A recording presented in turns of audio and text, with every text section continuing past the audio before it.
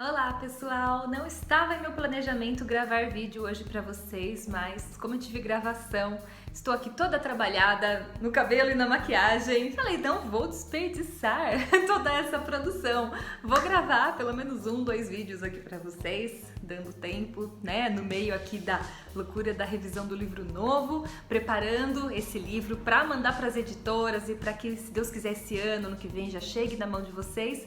Falando em revisão de livro, em revisão do nosso próprio livro, esse é o tema do vídeo de hoje, que foi sugerido pela Isabel Canhete e outras pessoas vêm comentando muito a respeito nos comentários dos vídeos. Mas a Isabel, como ela colocou aqui de um jeito que eu acredito que abraça todas as dúvidas que eu recebo por e-mail ou nos comentários, eu vou ler para vocês. Ela disse aqui, Sam, preciso muito de dicas sobre como revisar o livro e como proceder quando uma cena não te agrada, mas você não sabe como substituí-la. Olha que desafio. Enfim, adoraria um vídeo sobre isso. Feliz que você voltou. Foi uma das inúmeras épocas que eu desapareci e voltei, né? Enfim, é preciso tomar um pouco de cuidado quando a gente fala sobre o processo de revisão do autor em relação à sua própria história. Nós sabemos que quando a gente termina de escrever, então a gente tem a ideia, bota no papel, passa todo aquele tempo, semanas, meses, às vezes anos, escrevendo. Quando a gente chega na última página, último capítulo, escreve fim, não é aí que acabou o trabalho. A gente sabe que existe um processo do próprio autor reler a sua história e aí que eu falo que é preciso tomar cuidado com a palavra revisão. Porque para muitos, acredito que para todos, porque existe esse trabalho de revisão gramatical, o processo de revisão a gente acaba pensando que é correção gramatical, correção ortográfica, palavra escrita errado, um errinho de digitação que escapou ali, um errinho de uma regrinha gramatical que eu escapei, uma vírgula que eu não coloquei. Escritor, a sua maior preocupação não deve ser essa. Digo maior, porque não é que a língua portuguesa não deve ser a sua preocupação. Como escritores, seja isso para você um trabalho amador, um hobby ou uma aspiração futura, nós temos que conhecer as ferramentas com as quais a gente trabalha e a nossa grande ferramenta é a língua portuguesa. Então, devemos sim conhecer a língua. Talvez a gente não conheça 100% das regras, 100% da norma, mas como é que a gente se preocupa em pelo menos lapidar um pouquinho o nosso conhecimento? Lendo bons livros, fazendo um cursinho aqui, outro ali, lendo blogs sobre língua portuguesa. Nenhum escritor precisa ser um professor de português. Nenhum escritor precisa ser especialista na língua, especialista em gramática ou em ortografia, mas a gente precisa ter um mínimo de conhecimento para não entregar nas mãos do editor um livro repleto de erros, porque isso causa uma primeira impressão terrível. Então, em relação à revisão ortográfica e gramatical, erros de palavras, erros de regras da língua portuguesa, eu daria 2 conselhos dependendo da situação em que você se encontra. Se você se considera um bom conhecedor da língua portuguesa, que um erro ou outro pode ser que escape, mas que você garante que o seu texto está no mínimo bem escrito, não se preocupe com isso neste momento. Lógico, se você estiver relendo o seu livro e encontrar um erro, corrija. Mas não se preocupe se algum erro, alguma parte que você ficou em dúvida, poxa, será que aqui eu uso maiúscula ou minúscula? Aqui ponho vírgula ou não ponho vírgula? Se ficaram algumas dúvidas, deixa passar, porque num processo de publicação, se você for ter o processo de revisão em uma editora, eles vão cuidar disso, tá bem? E se o seu livro estiver bom o suficiente para que um editor leia sem torcer o nariz para aquele monte de erro, tudo bem eles passarem.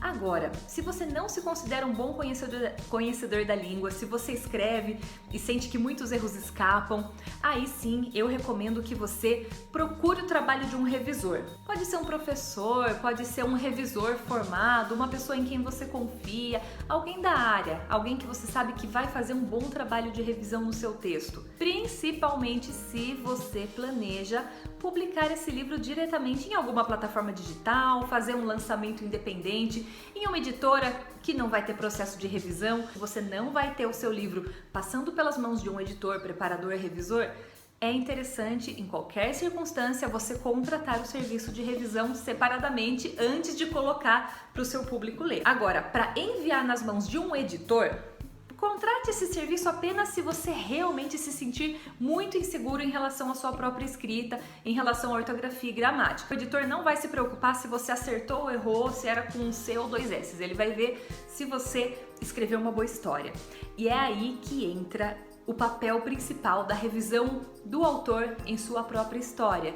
O autor não relê a sua história em busca de erros para serem corrigidos gramaticais, ortográficos. Ele relê a sua história em busca de erros de continuidade, de personagens mal construídos, de cenas que estão embarrigando a história. O que é uma cena que embarriga a história? É uma cena que ela ocupa linhas, muitas vezes páginas, e a história não avança para lugar nenhum. É simplesmente um diálogo desnecessário, uma passagem desnecessária, é aquele trecho da leitura que o seu leitor vai dar um bocejo. É em busca desses elementos que o escritor precisa reler a sua própria história. Como é que eu posso sugerir para você se guiar dentro desse processo? Como eu sempre digo, não existem fórmulas prontas e infalíveis e que funcionem para todos. Cada pessoa tem o seu processo criativo, e é por isso que eu vivo convidando vocês para contribuir nos comentários com o processo de vocês, porque eu divido aqui com vocês aquilo que eu conheço do meu processo e de processo de amigos, ou se de repente é uma técnica conhecida, renomada que eu estudei, mas a grande maioria a gente aprende batendo a cabeça, a gente aprende na prática o que funciona e o que não funciona. Então, para mim, um método bastante eficiente é você, antes de reler todo o seu texto, de repente é você revisitar o roteiro da sua história. Se você tiver criado um roteiro, um resumão, uma lista de acontecimentos que você gostaria de seguir, se você tiver colocado alguma informação sobre personagens, eu quero que o público desconfie desse aqui, mas na verdade o grande assassino era aquele outro. Revisite essas suas anotações. Reencontre-se com qual era a intenção inicial da sua história. É muito possível que durante o processo criativo você tenha se afastado de algumas delas, às vezes para melhor e às vezes porque, poxa, eu perdi o norte da minha história, agora nessa releitura, nessa revisão eu vou ter que reencontrar o norte. Então a gente compara o que a gente planejou com o que a gente realizou, se ficou melhor do que estava planejado, se tem alguma coisinha para ajustar, se eu me esqueci de algum detalhe.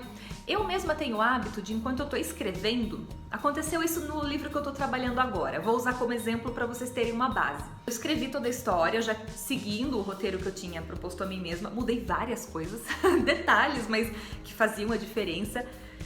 E existe um personagem que é chantageado a fazer parte de algo, né? E só quando estava chegando no fim da história, eu comecei a me atentar que as motivações para ele aceitar fazer parte de todo esse plano, digamos assim, as motivações eram muito fracas. Ele podia desistir a hora que ele quisesse, que ele não tinha consequências.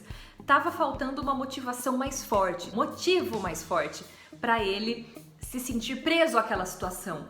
E aí me veio uma ideia de qual poderia ser essa motivação. Só que, para eu poder colocar essa motivação, eu tinha que voltar lá X capítulos atrás, plantar de onde nasceu aquela motivação, né? O que aconteceu, como é que a outra pessoa o chantageou usando esse argumento, como é que ele se sentiu em relação a isso. Ou seja, várias cenas seriam mudadas em prol de eu poder justificar no fim do livro que ele tinha esse motivo para não desistir.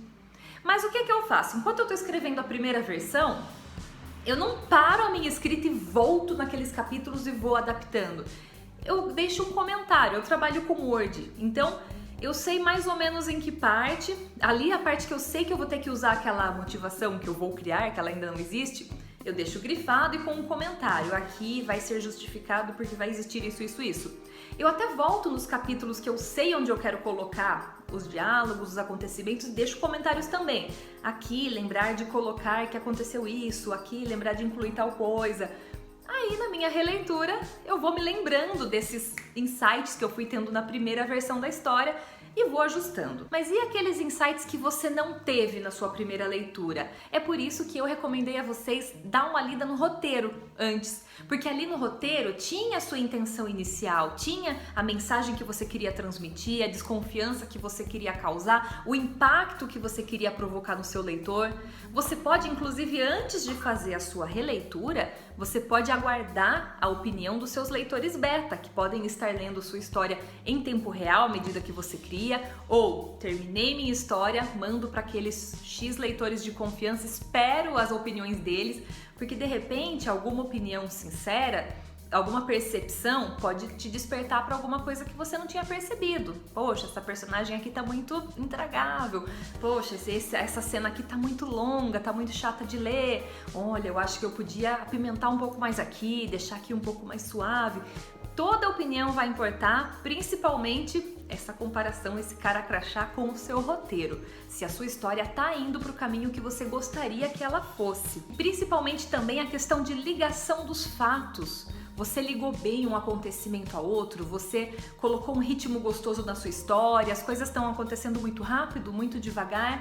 Tem um outro vídeo que eu lancei, acho que o último vídeo antes desse que eu coloquei, sobre falhinhas de continuidade, que é muito fácil de acontecer. Leia prestando muita atenção nisso.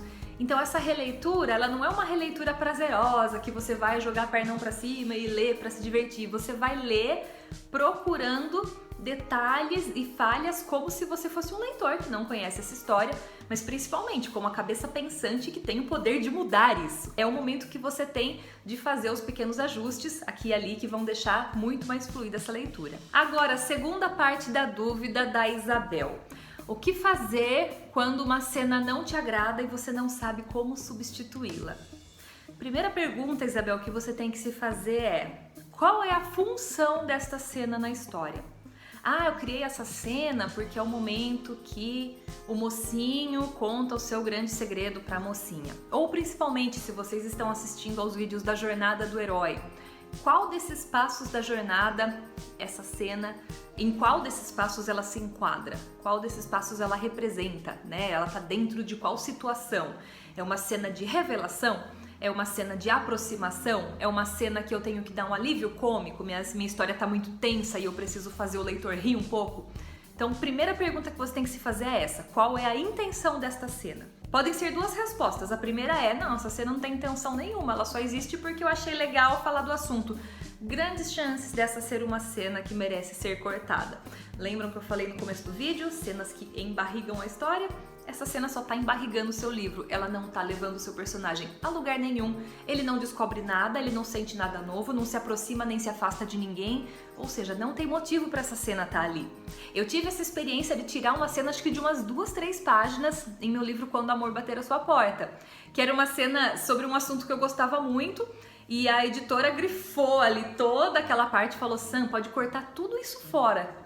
Eu simplesmente peguei do começo ao fim da cena, apagou, não mudou nada. Eu só tive que corrigir ali a ligação da cena anterior com a próxima, que não ia mais acontecer aquela parada em uma estação que acontecia. Realmente não fez diferença nenhuma. Não mudou nada para a evolução do meu personagem. Então, se a sua resposta sobre a intenção da cena for essa, ela provavelmente é uma ceninha de barriga. Agora, se a sua cena tem uma intenção, não, essa é a cena em que meu personagem descobre isso, sente aquilo, se aproxima, chega mais perto disso, em que ele toma uma decisão, aí você pode procurar novas formas disso acontecer. Você pode tentar escrever essa cena em um outro ponto de vista. Se você estiver trabalhando vários pontos de vista de outros personagens, de repente você trabalhou a cena no ponto de vista de um, mas ficaria melhor no ponto de vista do outro. É uma opção. Essa cena pode acontecer em outro lugar. Se é um monólogo, né, o personagem pensando sozinho com ele mesmo, você pode experimentar tocar a campainha da casa dele, aparecer alguém e transformar isso em um diálogo, em vez de ser uma reflexão dele sozinho, ou o contrário. Se era um diálogo, de repente ele pode estar em um momento que ele está conversando com ele mesmo, trocar o diálogo por uma narrativa. Você pode tentar vários elementos. Então, os elementos que a gente tem para explorar: personagens, incluir, tirar personagens, pontos de vista, cenários. Eu posso trocar essa cena de lugar. De repente, pensando agora nos passos da jornada do herói, essa cena, não é que a cena está ruim, ela está acontecendo na hora errada, ou ela está acontecendo muito cedo, ou ela está demorando muito para acontecer. Por isso que é interessante a gente pensar no caminho que a gente quer dar para nossa história, né? Em que momento que eu quero que cada coisa aconteça, qual que eu quero que seja o ritmo da leitura e dos sentimentos dos meus leitores. Então, eu acredito que essas perguntas, né, essa resposta que eu tentei dar foi uma resposta coringa que valha para qualquer tipo de situação em que você esteja tendo essa dúvida, seja uma cena romântica, seja um livro comédia, um livro terror, policial. Isabel e a todos, espero que eu tenha respondido a sua pergunta e aproveitado aqui meu look hoje, né? Porque olhei no espelho e falei, poxa, eu vou passar um demaquilante nessa cara sem pelo menos aproveitar mais um pouquinho. Então tô aqui maquiada, penteada, mas não se assustem, os próximos vídeos eu provavelmente vou estar com a mesma cara de sempre.